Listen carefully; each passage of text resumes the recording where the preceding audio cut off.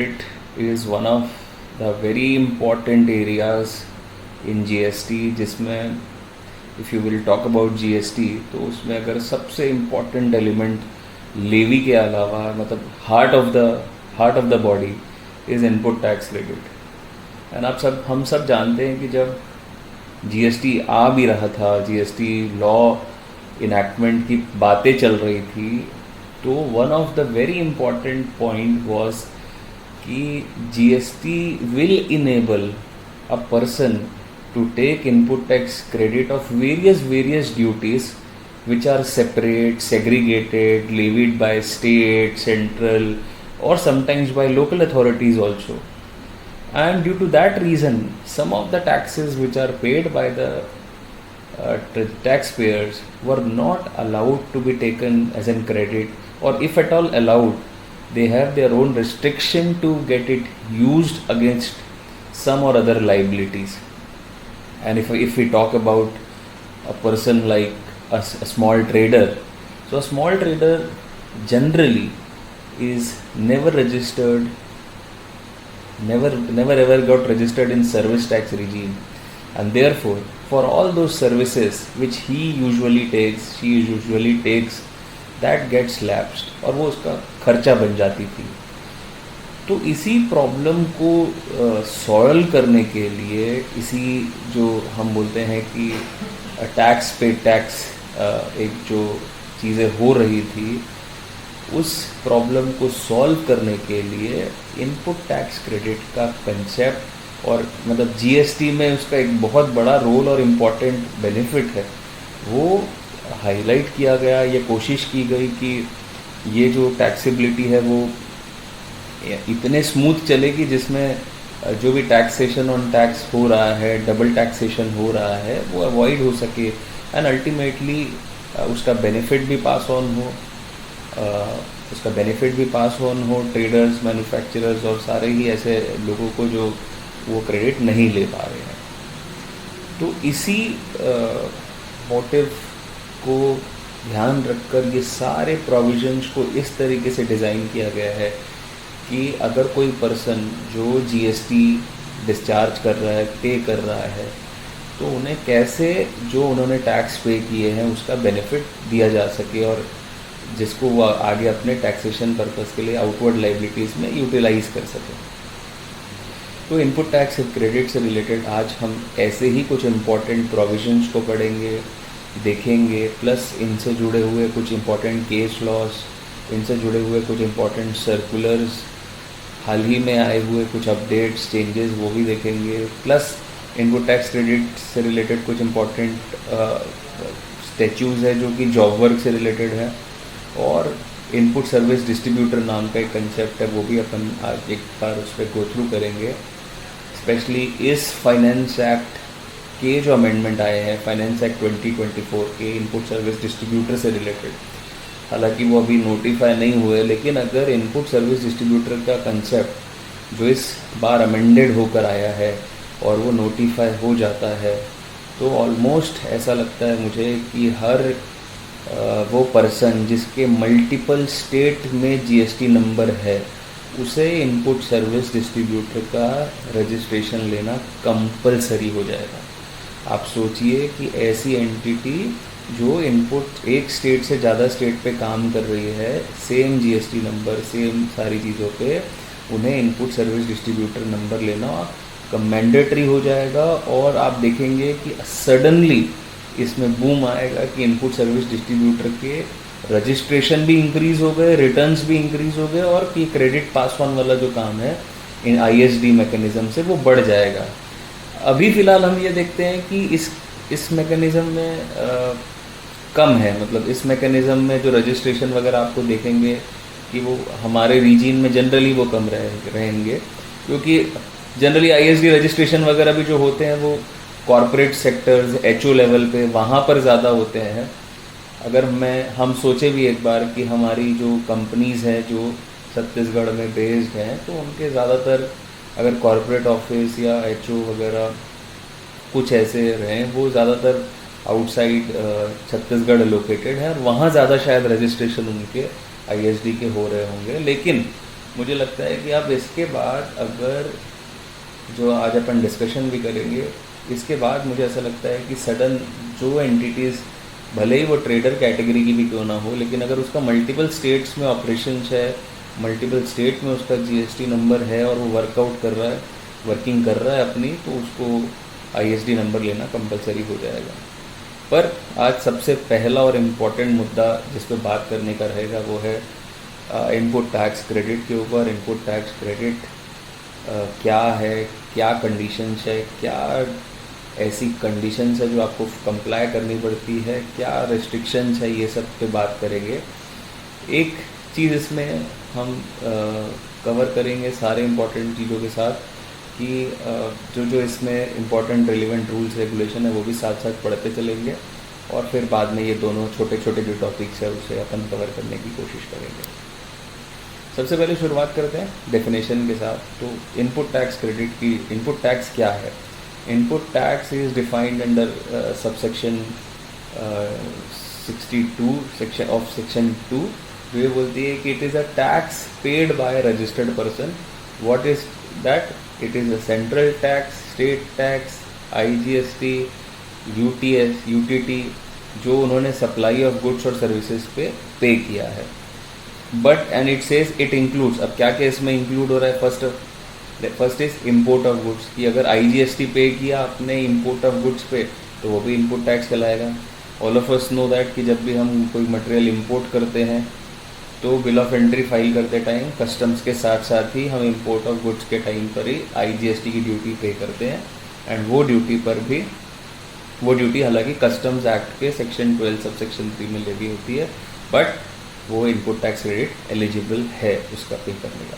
Second, अगर हमने कोई रिवर्स चार्ज में टैक्स पे किया उसका भी, वो भी इनपुट टैक्स कहलाएगा, जैसे कि 9394 में अगर हमने कोई पे किया। Similarly for IGST act it is coming through section 5 of IGST Act, section 5 subsection 3 and subsection 4 of section 5 of IGST Act.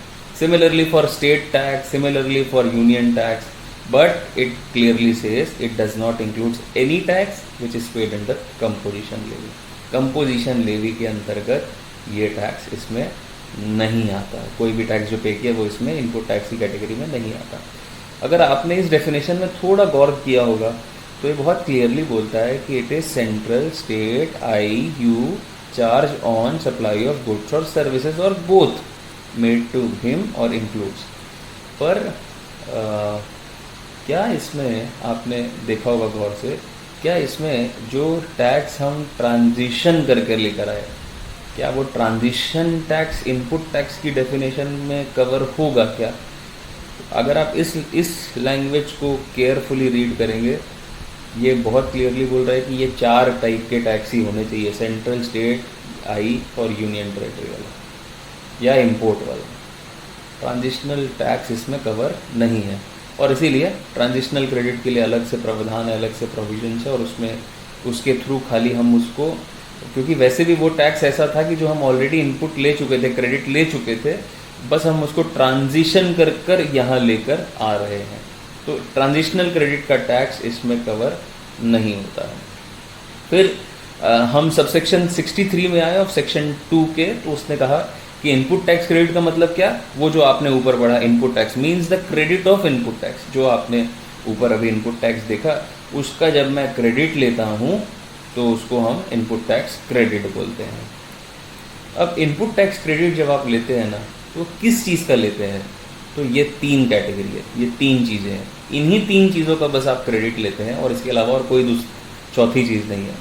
वो 3 कैटेगरी की चीज़ें हैं, इनपुट सर्विसेज या कैपिटल गुड्स, और इन तीनों की परिभाषा जीएसटी एक्ट में डिफाइन की गई है। सबसे पहले इनपुट का मतलब मीन्स कोई भी goods other than capital goods. Goods की अपनी एक परिभाषा है, तो कहता है कि कोई भी गुड्स हो अदर देन कैपिटल गुड्स हो, used or intended to be used by a supplier in the course or furtherance of business.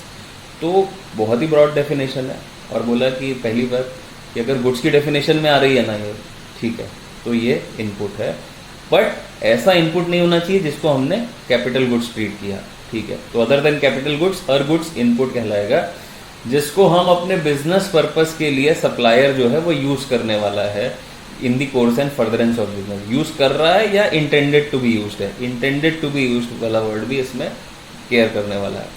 आपने इसमें एक और चीज ध्यान दी होगी, ये वर्ड यूज करता है in the course and furtherance of business. अब यहाँ अगर पुराने रिजीम से आप थोड़ा सा कंपेयर करें तो हम पुराने रिजीम में अक्सर इनपुट सर्विसेज या कैपिटल गुड्स को जब हम सेनवेट लेते थे तो वो लिंक किया जाता था कि वो टैक्सेबल एक्टिविटी से डायरेक्टली कनेक्टेड होने चाहिए, तभी जाकर उसका क्रेडिट मिलता था डायरेक्टली, या फिर स्पेसिफिक मेंशन होना चाहिए था। अब इस रिजीम में एटलीस्ट, क्योंकि मैं आपको बता रहा था कि बहुत इंपॉर्टेंट एम्फेसाइज जीएसटी आने के ऊपर इनपुट को दिया गया है, और इसलिए उन्होंने लिखा कि अरे इसका कोई मतलब नहीं है। अगर बिजनेस करने के लिए यूज हो रहा है कोई भी चीज़, बिजनेस करने के लिए in the course and furtherance of business, भले वो जो एक्टिविटी मैं कर रहा हूँ सप्लाई वाली उससे डायरेक्टली कनेक्टेड हो या इनडायरेक्टली कनेक्टेड हो, बिजनेस पर्पस के लिए है ना, बस उसका इनपुट आपको क्रेडिट मिल जाएगा। ऑफ कोर्स इसमें कुछ रेस्ट्रिक्शंस लगाए गए हैं ब्लॉक क्रेडिट के माध्यम से, जो 17(5) में आती हैं, जो आज फिलहाल हमारा मुद्दा नहीं है, लेकिन अगर वो इसको इस तरीके से ब्रॉडर वे में डिफाइन किया गया है कि बिजनेस के लिए कोई भी इनपुट अगर हम यूज कर रहे हैं तो उसका क्रेडिट आपको मिल जाएगा। Number 2, input services. जैसे हमने गुड्स देखा वैसे ही सेकंड, अगर इसके कोई भी ऐसी सर्विसेज है जो एक सप्लायर यूज कर रहा है या उसका इंटेंशन है यूज करने का in the course and furtherance of business. Intended to be use का मतलब भी थोड़ा सा आपको यहाँ पर एम्फेसाइज करना चाहिए। कई बार हम ऐसी कुछ सर्विसेज रहते हैं जो हम एक्चुअल यूज़ नहीं भी कर पाए, लेकिन मेरा इंटेंशन था यूज़ करने का, and that is why if it is done, तो भी हम उसे इसमें कवर मानते हैं, इसमें इंक्लूड मानेंगे और इनपुट सर्विस में उसको काउंट करेंगे। इवन दो शायद हम उसे कई बार अवेल ना कर पाएँ, हमने केवल उसको खाली हमारा इंटेंशन था, हमने उसे ब्लॉक करके रखा था, बट एक्चुअली हम उसे यूज़ नहीं कर पाए, लेकिन हमारा इंटेंशन था कि बिजनेस में वो इन दी कोर्स एंड फर्दरेंस हमको यूज़ करना है, तो वो भी इसमें कवर है। तो ये हुआ इनपुट सर्विसेज। और लास्ट हम आ गए कैपिटल गुड्स। कैपिटल गुड्स किसको बोलते हैं? तो अब पुराने लॉ में ये थोड़ी सी कुछ एक प्रॉब्लम जाती थी कि कैपिटल गुड्स किसको बोलेंगे, क्या बोलेंगे, कोई ऐसी इसकी स्पेसिफिक लिस्ट है क्या जिसमें लिखा है कि इसको हम कैपिटल गुड्स बोलेंगे, या कोई ऐसी नेगेटिव लिस्ट है क्या कि ये कैपिटल गुड्स है और इसके अलावा जो बचे हैं मतलब वो नेगेटिव, मतलब ये नहीं आएंगे, ऐसा कुछ तो भी है। इस बार लॉ में इतना सिंप्लीफाई कर दिया गया है, इट सेज कि अगर कोई भी ऐसा गुड्स है जिसको बुक्स ऑफ अकाउंट में कैपिटलाइज कर दिया गया है तो उसको हम कैपिटल गुड्स बोलेंगे। अगर बुक्स ऑफ अकाउंट में कैपिटलाइज किया है तो वो कैपिटल गुड्स है, अदरवाइज वो कहाँ चला जाएगा? इनपुट की कैटेगरी में चला जाएगा। तो आपके लिए सिंपल है, कैपिटल गुड्स मतलब अरे जो बुक्स में कैपिटलाइज है वो कैपिटल गुड्स है, बुक्स में कैपिटलाइज नहीं है वो इनपुट की परिभाषा में आ जाएगा।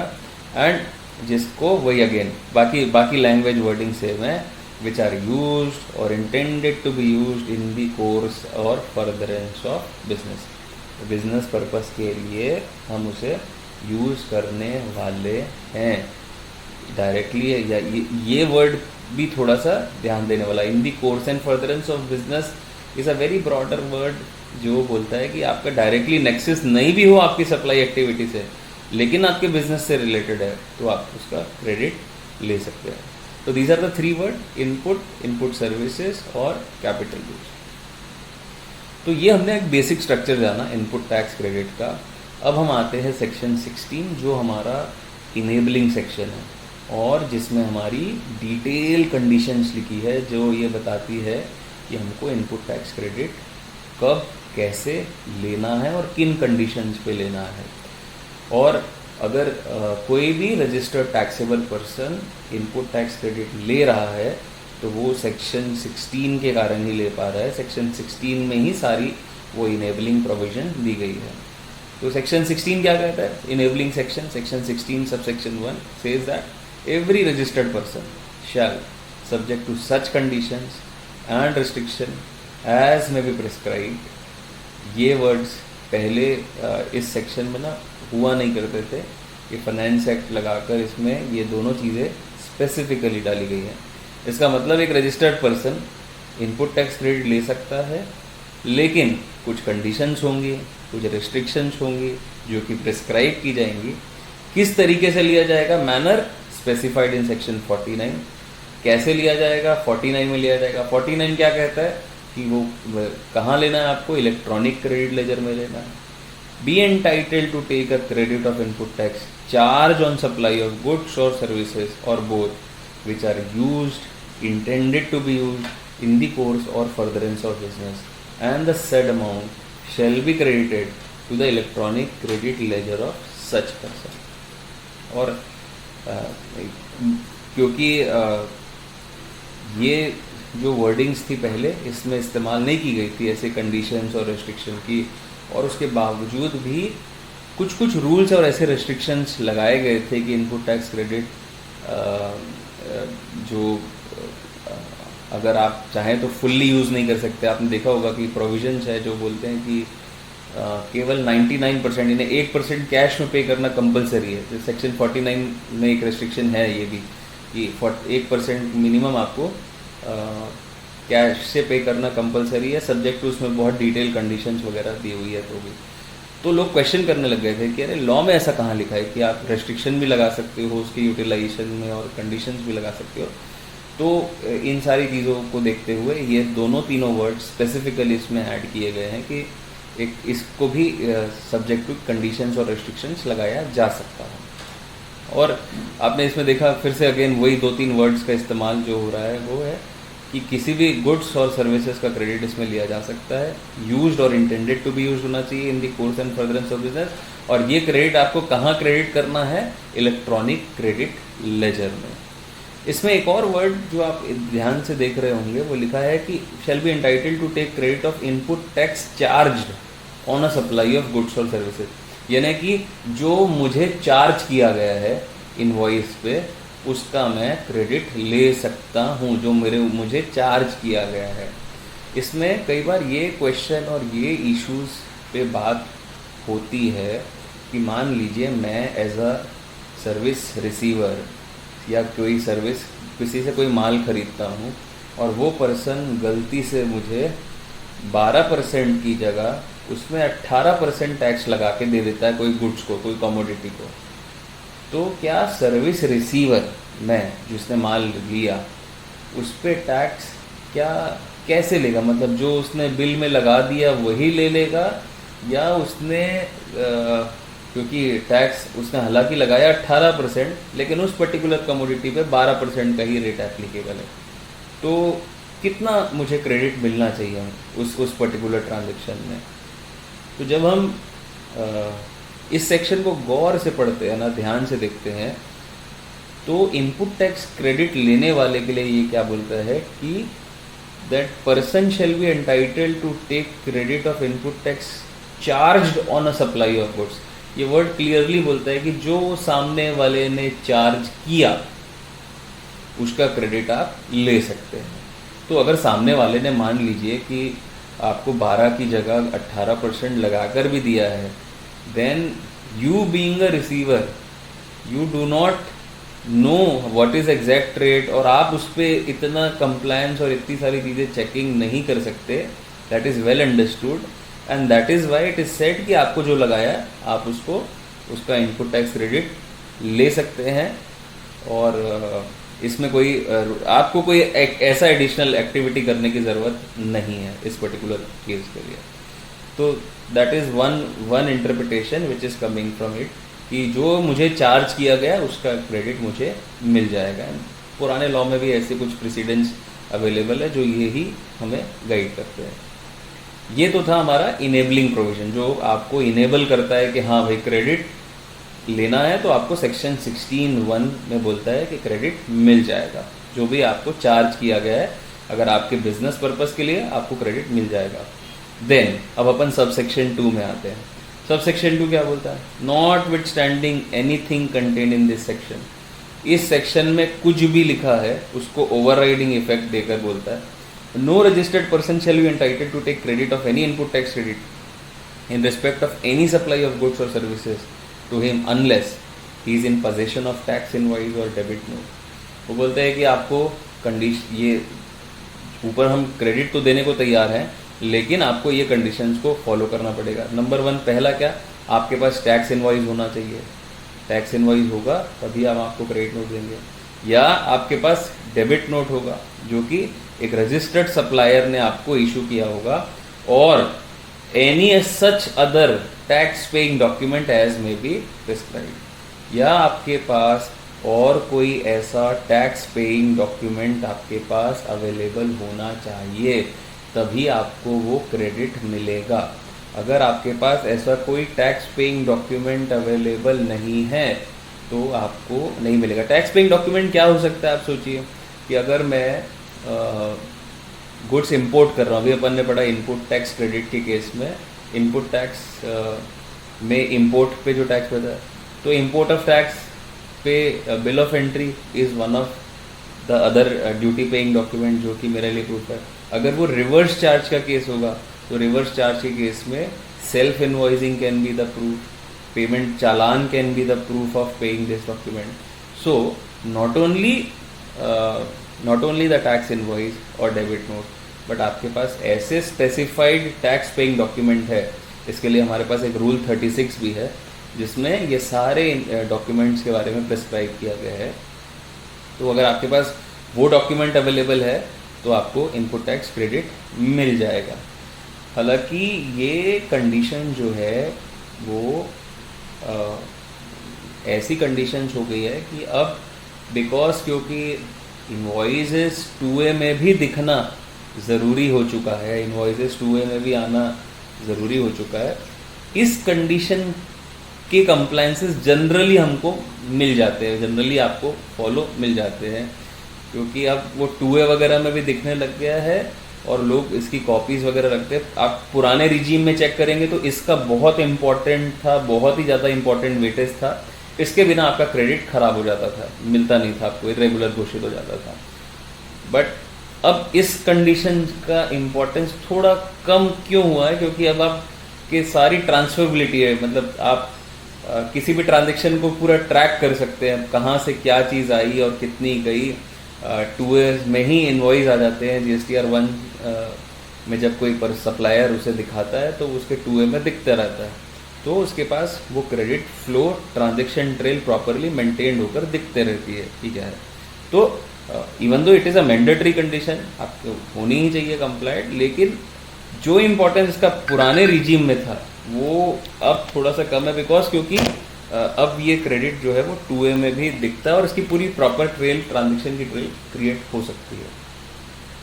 Next come two point number next is AA, section 16(2) AA क्या बोलता है कि आपका जो इनवॉइस और डेबिट नोट है वो सप्लायर ने एक स्टेटमेंट के जरिए रेसिपिएंट को कम्युनिकेट किया होना चाहिए, और वो स्टेटमेंट जो है वो सेक्शन 37 के तहत फाइल होनी चाहिए। तो अगर हम इसे एकदम आम भाषा में बोले तो ये 2A में आना चाहिए। आपके सेक्शन 37 में GSTR 1 फाइल होता है, तो सप्लायर ने अपने GSTR 1 में इनवॉइसेस और डेबिट नोट को उसमें दिखाया होगा, फर्निश किया होगा, तभी आपको उसका क्रेडिट मिलेगा, अदरवाइज आपको उसका क्रेडिट नहीं मिलेगा। ये लेकिन जो आप देख रहे हैं ना, सेक्शन 16(2) की जो कंडीशन है ये पहले नहीं हुआ करती थी। ये फाइनेंस एक्ट 2021 से लाई गई है और जिसको कि नोटिफाई किया गया है 1 जनवरी 2022 से। और आप देखेंगे कि शायद इस कारण से भी पहले ये प्रॉब्लम और एक मैटर ऑफ लिटिगेशन हुआ करता था या डिस्कशन हुआ करता था कि इवन दो ये 2A में आने की कोई कंडीशन तो है ही नहीं यार लॉ में, तो क्यों इसे इन्फोर्स किया गया था। तो उसके लिए रूल 36 बनाया गया था। रूल 36 के तहत ये लिखा गया था कि कितना क्रेडिट आपको मिलेगा और कितना क्रेडिट 2A में दिखेगा, तो कितना परसेंटेज आपका वेरिएशन अलाउ होगा और कितना परसेंटेज का क्रेडिट आप ले पाएंगे। बट रूल 36 बनाने के बाद भी लोग ये मानते थे कि टैक्स एक्सपर्ट ये मानते थे कि इसकी कोई प्रॉपर प्रोविजन या लॉफुल बैकिंग नहीं है, बैकिंग इनेबल नहीं है। और इसी का नतीजा था कि हमने देखा कि पुराने जब पीरियड के जब ये नोटिसेज आ रहे थे GSTR 3B 2A के कंपैरिजन्स के, और उसमें जब चीज़ें वेरीफाई नहीं हो पा रही थी, तो डिपार्टमेंट ने भी ये एक्सेप्ट किया कि हाँ ये सेक्शन ही इनेबल बाद में हुआ है, ऐसी कोई रिक्वायरमेंट पुरानी थी नहीं। प्लस शुरू के पीरियड में ऐसा भी था कि 2A भी कुछ समय के लिए अवेलेबल ही नहीं था, 2B भी बाद में आकर आया। तो इन सारे पीरियड्स को चलो हम सर्कुलर के ज़रिए कुछ एक वेरिफिकेशन करने का एक तरीका भी अपन इनेबल कर देते हैं। और अपन ने देखा कि इसलिए सेक्शन सर्कुलर्स आए, सर्कुलर नंबर 183 आया, जिसमें 17-18 और 18-19 के लिए ये प्रोविजंस लगा दिए गए और बोला गया कि आपके पास आपका 2A में नहीं दिख रहा है, कोई बात नहीं, अगर आपकी 5 लाख रुपए तक की क्रेडिट है तो आप सप्लायर से ही आप सर्टिफिकेट कंफर्मेशन का ले आइए और बाकी सारी कंडीशंस की कंप्लायंसेस चेक करा दीजिए, हम आपको क्रेडिट दे देते हैं। और ये लेकिन आया था 183 आया था 17-18 और 18-19 के लिए। और जबकि ये जो रेस्ट्रिक्शन जो थे, ये रेस्ट्रिक्शंस आए थे रूल 36 के ज़रिए, जो कि 1920 के अक्टूबर-नवंबर के बीच में कुछ इनेबल किए गए थे। तो लोगों का ये मानना हुआ कि अरे नहीं, जब ये प्रोविज़न ही इनेबल 1/1/2022 से हुआ, तो ये जो बेनिफिट है सर्कुलर का, वो केवल 17-18 और 18-19 के लिए क्यों रिस्ट्रिक्टेड रहेगा, बाकी साल के लिए क्यों नहीं इनेबल किया जाता है। और ये सब लिटिगेशन होकर कर्नाटका हाई कोर्ट तक पहुंचा। कर्नाटका हाई कोर्ट में विप्रो के जजमेंट में उन्होंने कहा कि नहीं, दिस सर्कुलर जो आया है 17-18 18-19, ये इसका रेशियो के हिसाब से तो ये बेनिफिट आगे भी एक्सटेंड होना चाहिए, और उन्होंने 1920 भी अलाउ कर दिया था उस पर्टिकुलर। और उसको ध्यान में रखते हुए फिर एक CBIC ने एक और नया सर्कुलर इशू किया, जो कि सर्कुलर नंबर 193 था। उसमें सर्कुलर नंबर 193 में अगेन 1920 में अप टू द डेट जब वो रूल 36 के प्रोविजंस इनेबल किए गए थे, विच इज़ अक्टूबर, तो वहाँ तक का फुल ITC अवेलेबल करने के लिए परमिट कर दिया गया। Full ITC on same condition, जो कि अगर 5 लाख से कम है तो आप सप्लायर का सर्टिफिकेट लेकर आएँ, बाकी सारी कंडीशंस को, कंप्लायंस को चेक कराएं, और अगर आपका उससे ज़्यादा है तो आप चार्टर्ड अकाउंटेंट सर्टिफिकेट लेकर आएँ। उसके बाद के डेट्स के लिए उन्होंने कहा कि नहीं, जो मैक्सिमम परमिसिबल लिमिट थी उतना ही क्रेडिट आपको मिलेगा। जैसे कि कुछ समय हम जानते थे कि वो 20% का वेरिएशन अलाउ किया गया था, कुछ समय के लिए 10%, and after a particular point of time no variation was allowed. तो वो सर्कुलर भी 193 जो था वो आ गया था। सर्कुलर नंबर 183 और 193 वहाँ पर इनेबल कर दिए गए थे। बट आज भी लॉ एक्सपर्ट्स में, इंडस्ट्री में कुछ जगह ये मानना है कि ये बिकॉज वैसे बहुत सारे पुराने प्रेसिडेंट्स हैं, हम पुराने लॉज हैं जो ये बोलते हैं कि कोई भी जो पावर्स हैं बोर्ड के पास या डिपार्टमेंट के पास, वो that should come from a provision of law, that should not exceeds what is given in the law. और ये जो इनेबलिंग सेक्शन है जो ये बोलता है कि 2A में दिखेगा तो ही क्रेडिट मिलेगा और उसके बिना नहीं मिलेगा, that has come only with effect from 1 जनवरी 2022। सो इसके पहले किसी भी तरीके का रेस्ट्रिक्शन जो लगाया गया है, इवन परसेंटेज वाइज या कुछ भी वाइज, वो सस्टेनेबल नहीं है। That is bad in terms of law, because law में ऐसा कोई इनेबलिंग प्रोविजन है ही नहीं। और इसको लेकर कई ऐसी रिट पिटिशंस हाई कोर्ट्स में फाइल्ड है, जिस पे अभी कोई रिलेवेंट जजमेंट्स वगैरह हमारे पास अवेलेबल नहीं है, लेकिन बहुत सून अवेलेबल रहेंगे।